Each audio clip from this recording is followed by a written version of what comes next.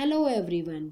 आज के इस सेशन में हम कक्षा 3 की हिंदी पाठ्य पुस्तक खुलते पंख का पाठ 6 मेरे दोस्त बनोगे पढ़ेंगे। बच्चों, आपने कभी किसी पक्षी से दोस्ती की है? यदि हाँ, तो प्रस्तुत पाठ में हम आशीष नाम के बालक के बारे में पढ़ेंगे जिसने कैसे एक पक्षी से दोस्ती की और उसने जिस पक्षी से दोस्ती की वह पक्षी है मोर। और जैसा कि आप जानते हैं कि मोर हमारे देश का राष्ट्रीय पक्षी भी है, तो आइए विस्तार से पढ़ते हैं कि आशीष और मोर की दोस्ती किस तरह से हुई। तो पाठ की शुरुआत करते हैं। सावन का महीना था। आशीष बड़े भैया के साथ नेहा दीदी के घर गया। अजमेर में दीदी का बहुत बड़ा घर है। घर के आंगन में नीम का बड़ा सा पेड़ भी है। तो सावन का महीना था और आशीष अपने बड़े भैया के साथ नेहा दीदी के घर गया। और नेहा दीदी कहाँ रहती थी? अजमेर में। और वहाँ पर उनका एक बड़ा सा घर था और घर के आंगन में एक नीम का बड़ा सा पेड़ भी था। शाम का समय था। आकाश में काले काले मेघ छाए थे। मेघ यानी बादल। आशीष आंगन में बैठा दीदी से बातें कर रहा था। तभी एक मोर पेड़ से नीचे उतर आया। मोर मोर, देखो दीदी मोर, कहते हुए आशीष उसकी तरफ भागा।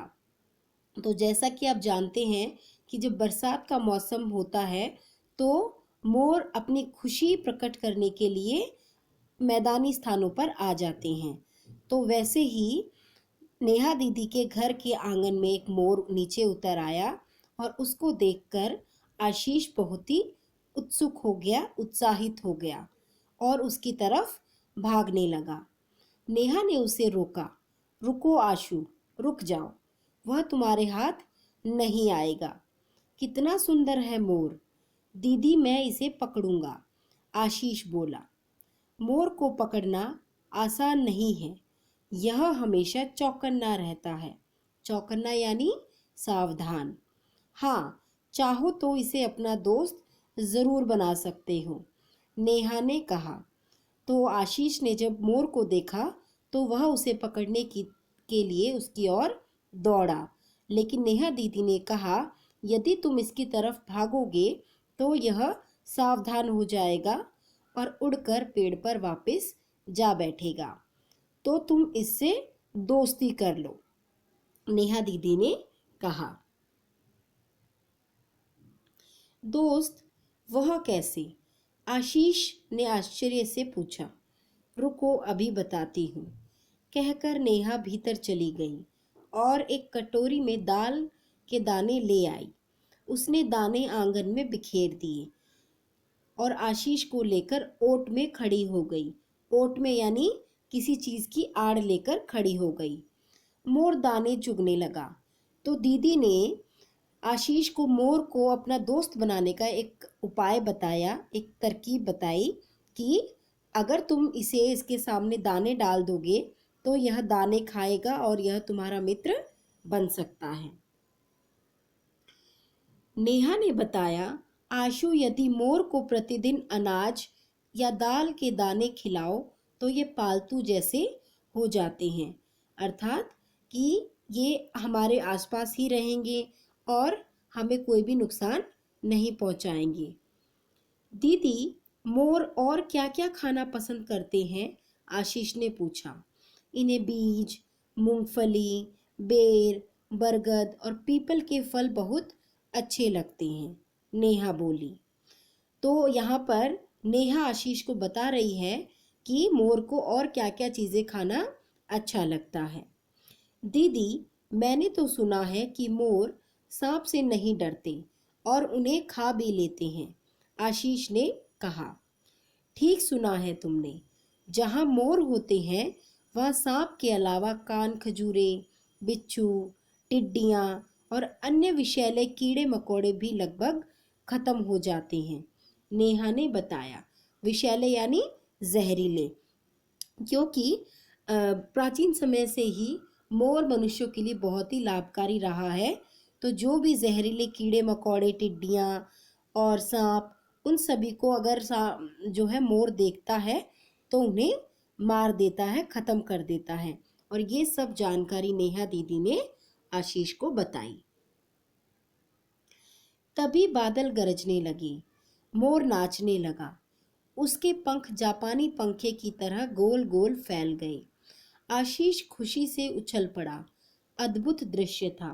अद्भुत यानी बहुत ही विचित्र दृश्य था। ऐसा दृश्य आशीष ने पहले कभी नहीं देखा था।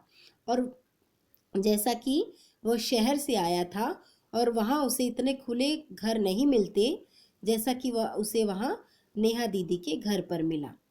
उसने इससे पहले मोर को नाचते कभी नहीं देखा था। दीदी, इसकी पूंछ देखो, कैसा चमकदार गहरा हरा रंग है। पंखों में तो लगता है कि ढेर सारी तांबे की चमकदार आंखें लगी हैं। तांबा यानी एक प्रकार की धातु है। तो आशीष मोर की तारीफ करते हुए कह रहा है कि उसके पंख कितने सुंदर हैं और उसका रंग कितना गहरा है। इसके बीच का जामुनी रंग भी कैसा चमक रहा है। आशीष प्रसन्नता और जोश में बोले जा रहा था, क्योंकि इससे पहले आशीष ने मोर को नहीं देखा था और इतने नज़दीक से तो उसने देखा ही नहीं था। तो जब उसने इतने नज़दीक से, इतने पास से उसने मोर को देखा और वह अपने पंखों को फैलाकर नाच रहा था, तो उसे देखकर आशीष बहुत ही उत्सुक हो गया और अपने मन के विचार वह नेहा दीदी के सामने प्रकट करने लगा। हाँ, और देखो नाचते समय इसने अपनी गर्दन कैसे तान रखी है, आशीष ने कहा। नेहा हंसकर बोली, भाई जब यह इतना अच्छा नाचता है तो थोड़ा घमंड तो होगा ही।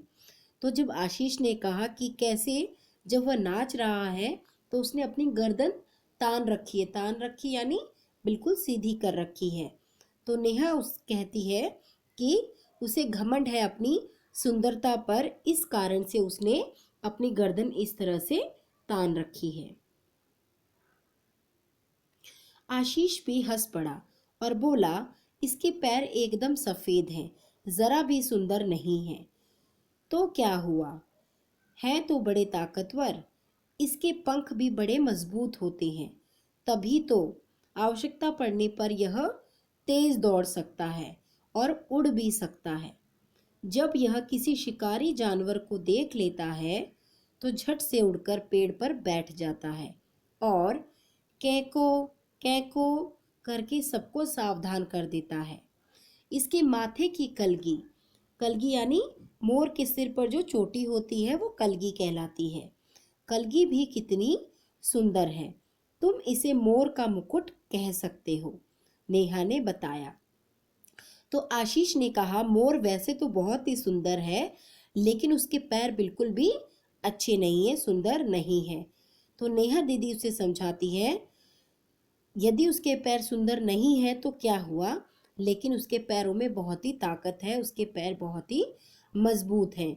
जब भी उसे किसी भी खतरे का आभास होता है तो वह अपनी आवाज़ से सभी को सावधान कर देता है, सचेत कर देता है। और उसके माथे पर बहुत ही सुंदर मुकुट की तरह एक कलगी भी है। और यह सब बातें नेहा दीदी ने आशीष को बताई। आशीष बोला, दीदी मैंने पढ़ा है कि मोर हमारा राष्ट्रीय पक्षी है। कृष्ण जी भी अपने मुकुट में मोर का पंख लगाते थे। मुझे भी अपनी पुस्तक में मोर का पंख रखना है। आप इससे पूछो कि क्या यह मेरा दोस्त बनेगा। इतना कहकर आशीष मोर की तरफ बढ़ा। मोर झट से उड़कर मुंडेर पर बैठ गया। मुंडेर होती है छत के ऊपर की जो ऊंची दीवार होती है, उसे मुंडेर कहा जाता है, और नाचने लगा।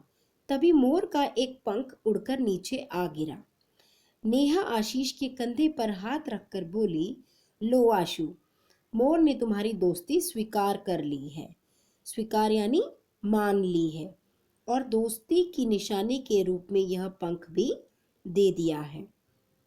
तो आशीष नेहा से पूछ रहा है कि मैंने पढ़ा है कि मोर हमारा राष्ट्रीय पक्षी है और कृष्ण भगवान जो हैं वे भी अपने सिर पर अपने मुकुट में मोर का पंख लगाते हैं, और यदि मैं इससे दोस्ती करना चाहूँ तो कैसे करूँगा।